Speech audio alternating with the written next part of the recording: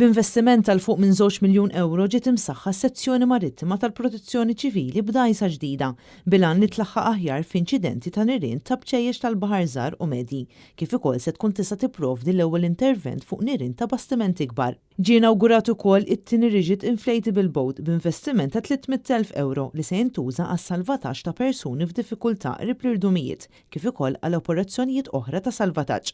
L-inawgurazzjoni ta' dawn iż-żewġ opri tal-baħar saret it-tlieta wara nofsinhar fil-preżenza tad-Direttur Ġenerali tad-Dipartiment tal-Protezzjoni Ċivili Peter Paul Colleiro. Colleiro qal li din id-dgħajsa ġdida toffri rispons rapidu fuq il-baħar b'veloċità ta' 44 knot u kif ukoll il-possibilità ta' tifi tan-nar ta' ftit aktar minn 5,000 litru fil-minuta minn fuq quddiem tad-dgħajsa u kif ukoll il-possibilità li l-pumpiera jitilgħu bil-manek fuq il-bċejjeġ milquta minn nirien u jsir tifi tan-nar aktar tradizzjonali.